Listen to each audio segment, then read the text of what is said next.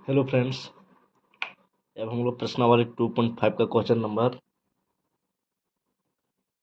9 देखते हैं। देखिए क्या बोला है।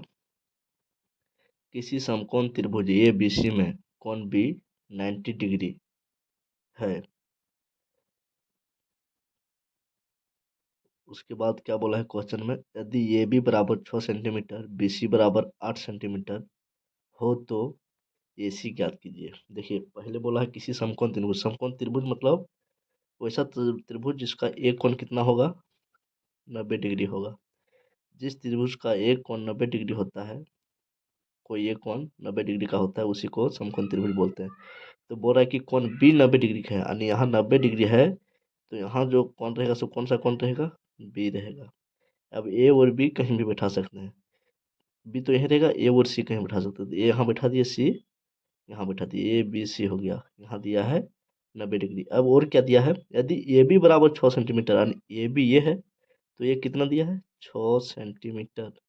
बी सी बराबर 8 सेंटीमीटर, बी सी कितना है 8 सेंटीमीटर।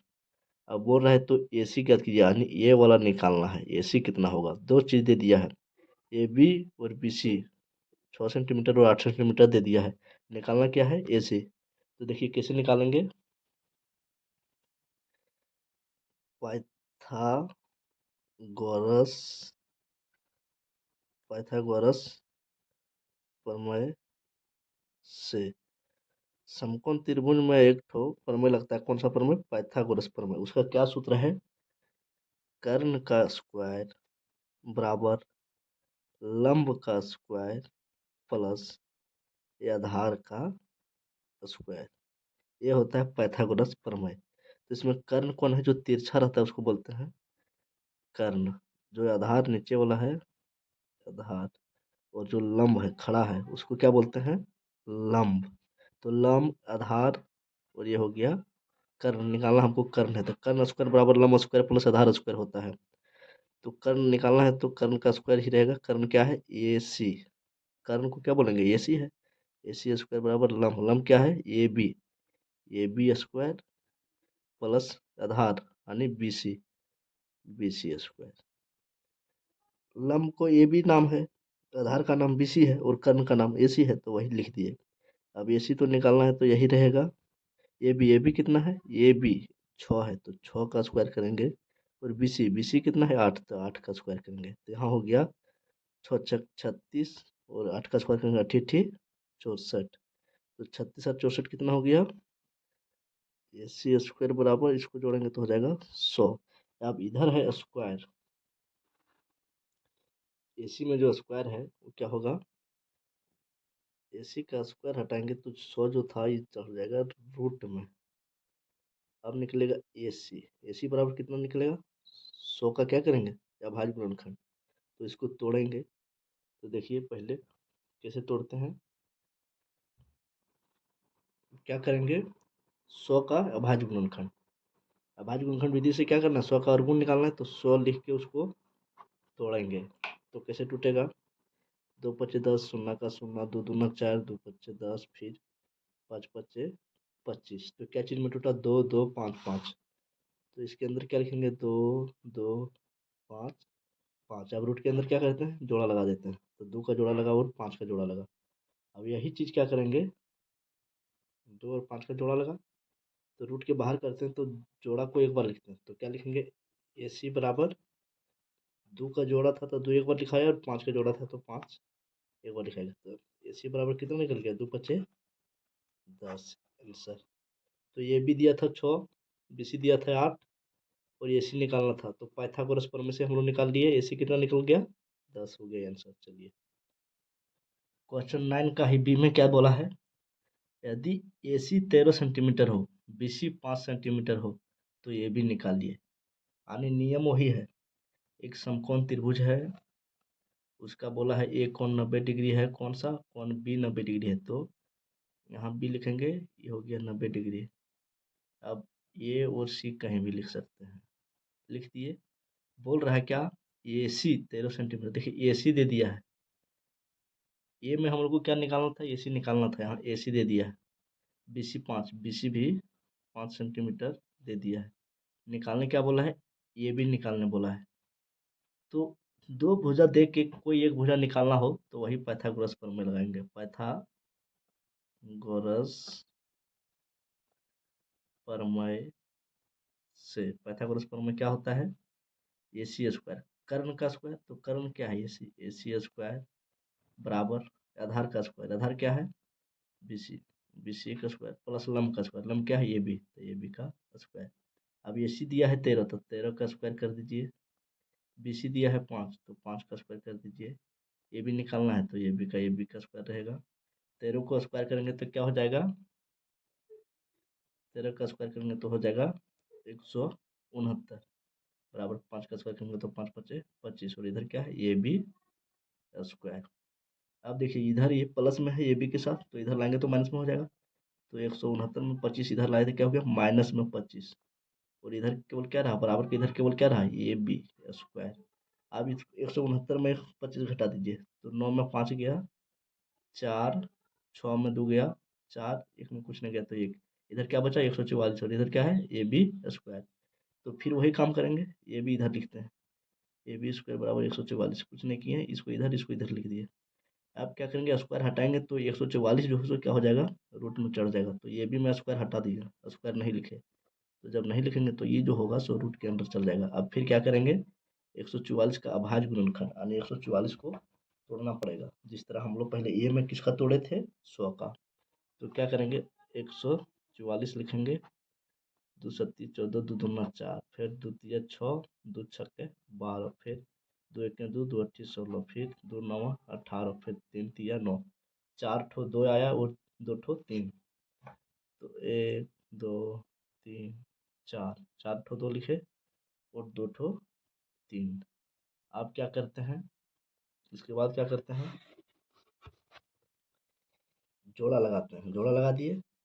अब ये भी बराबर क्या हो जाएगा? जोड़ा के बदले एक बार लिखेंगे तो रूट के बाहर हो जाएगा। तो जोड़ा लगा 2 का, फिर जोड़ा लगा 2 का, और जोड़ा लगा 3 का।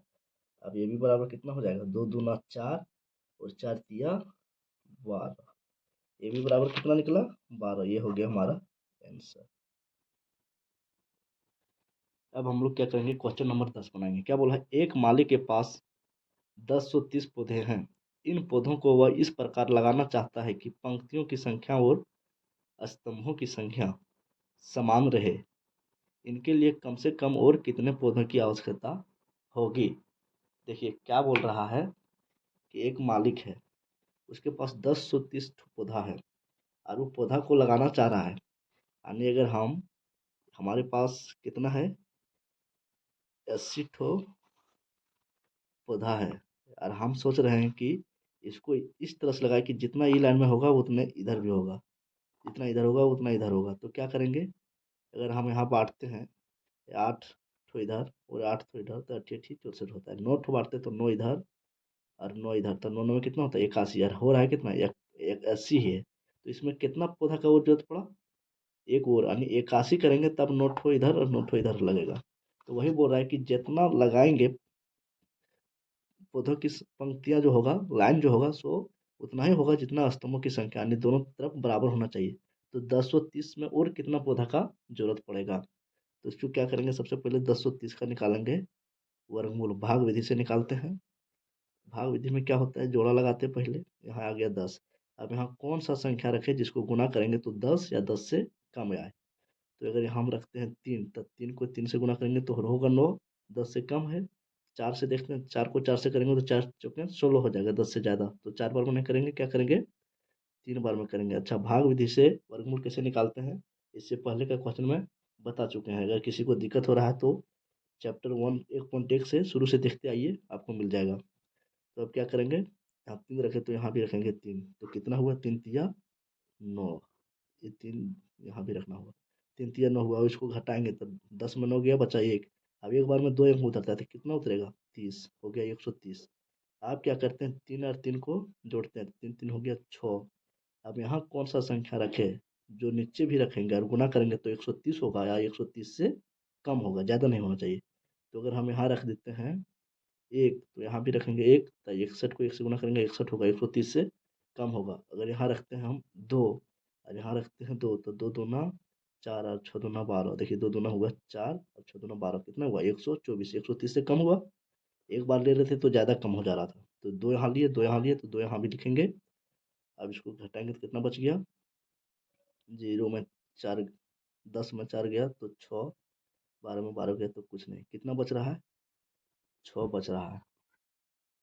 तो जब हम लोग क्या किए, वर्गमूल निकाले तो 6 बच गया। तो जो 6 पौधा बच गया इसको क्या करेंगे, बाहर तो नहीं करेंगे, बोला था कि मिलाना पड़ेगा तो मिला लीजिए, लेकिन उसको बराबर कीजिए, यानी कम से कम और कितना पौधे की आवश्यकता होगी, इसमें और ऐड करना होगा। तो इसके लिए क्या करेंगे, यहाँ देखिए कितना आया 32, तो इससे एक ज़्यादा लीजिए, कितना ले लेंगे 33 लेंगे, और 33 का करेंगे स्क्वायर। जब 33 का स्क्वायर करेंगे तो कितना हो जाएगा 1089। अब इस 1089 में घटा देंगे, कितना पेड़ है 1030 जो पहले दिया हुआ है, तो 9 में कुछ नहीं गया 9, 8 में 3 गया 5, 0, 59 पेड़। तो अतिरिक्त और कितना पेड़, इसके लिए कम से कम और कितने पौधों की आवश्यकता होगी 59। तो पौधों की आवश्यकता लिख देंगे, क्या लिखेंगे, पौधों की कुल आवश्यकता, यानी और कितना पौधा देना पड़ेगा, तो लाइन बराबर होगा 59। ये हो गया हमारा आंसर। अब देखते हैं क्वेश्चन नंबर 11 में क्या बोला है, एक विद्यालय में 630 विद्यार्थी हैं। खेल शिक्षक ने अभ्यास के लिए, क्वेश्चन क्या है, एक विद्यालय में 630 विद्यार्थी हैं। खेल शिक्षक ने अभ्यास के लिए इन्हें इस तरह से खड़ा किया गया कि पंक्तियों की संख्या और स्तंभों की संख्या समान हो। इन व्यवस्था बनाने में कितने विद्यार्थियों को बाहर जाना होगा, यानी 630 ठो छात्र था। खेल का शिक्षक उसको इस तरह सजाना चाह रहा है कि जितना लाइन बनाएंगे एक लाइन में उतना ही बच्चा होना चाहिए। तो इसके लिए क्या करेगा, कितना बच्चा को इसमें बाहर करेगा, तब लाइन उस टाइप का बनेगा जिस टाइप का टीचर बनाना चाह रहा है। तो उसके लिए क्या करेंगे, 630 का निकालेंगे वर्गमूल, भाग विधि द्वारा निकालते हैं। तो क्या करते हैं, पहले 2 का जोड़ा लगाते हैं, बच गया 6। कौन सा संख्या रखे कि उसको उसी संख्या से गुणा करेंगे तो 6 या 6 से कम हो। तो अगर रखते हैं 3, तो 3 तिया हो जाता है 9, 6 से ज़्यादा, तो क्या रखेंगे 2, तो उसको करेंगे 2 से गुना, तो यहाँ लिखेंगे 2। तो 2 दूना कितना हुआ 4, अब घटाएंगे 6 में 4 जगह कितना बचा 2, एक बार में 2 संख्या उतरता है, यानी 3 और 0 उतर जाएगा, 30 हो गया। इसको जोड़ते हैं तो 2 2 4। अब यहाँ कौन सा संख्या रखे जिसको गुना करेंगे तो 230 या 330 से कम होना चाहिए, तो यहाँ 5 रखते हैं, तो यहाँ 5 रखेंगे, तो यहाँ भी रखना पड़ेगा 5।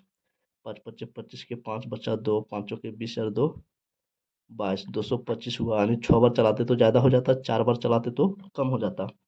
अब यहाँ बच गया 5।